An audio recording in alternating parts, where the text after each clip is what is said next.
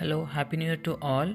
ఈరోజు జర్మనీలో new year situation ఎలా ఉందో చూడండి. న్యూ ఇయర్ అనే కాదు, Christmas, Sundays and any festival days malls, restaurants, city centre, even petrol bunks అన్నీ కూడా క్లోజ్లో ఉంటాయి. అన్నీ క్లోజ్లో ఉంటాయి కాబట్టి ఫెస్టివల్ ముందు రోజు కానీ సండేస్ ముందు రోజు కానీ షాపింగ్ చేయడం, గ్రాసరీస్ కొనుక్కోవడం మాత్రం మర్చిపోవద్దు.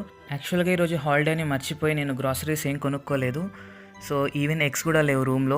పప్పుచారు అన్నం తినాల్సిన పరిస్థితి వచ్చింది. న్యూ ఇయర్ లాగానే లేదు. కొత్తగా ఎవరైనా జర్మనీకి వచ్చినా, ఎవరైనా వచ్చే వాళ్ళు ఉన్నా, నెక్స్ట్ డే సండేస్ ఉన్నా అండ్ ఎనీ ఫెస్టివల్ డేస్లు ఉన్నా షాపింగ్ చేయడం, గ్రాసరీస్ కొనుక్కోవడం మాత్రం మర్చిపోవద్దు. లేకపోతే ఆ రోజు అంతా ఉపవాసమే ఉండాల్సి వస్తుంది. ఇండియాకి జర్మనీకి తేడా ఏంటంటే, ఇండియాలో ఫెస్టివల్ డే అప్పుడు అన్నీ ఓపెన్ ఉండి చిల్ అవ్వచ్చు. ఇక్కడ మాత్రం అలా ఉండదు, అన్నీ క్లోజ్లో ఉంటాయి.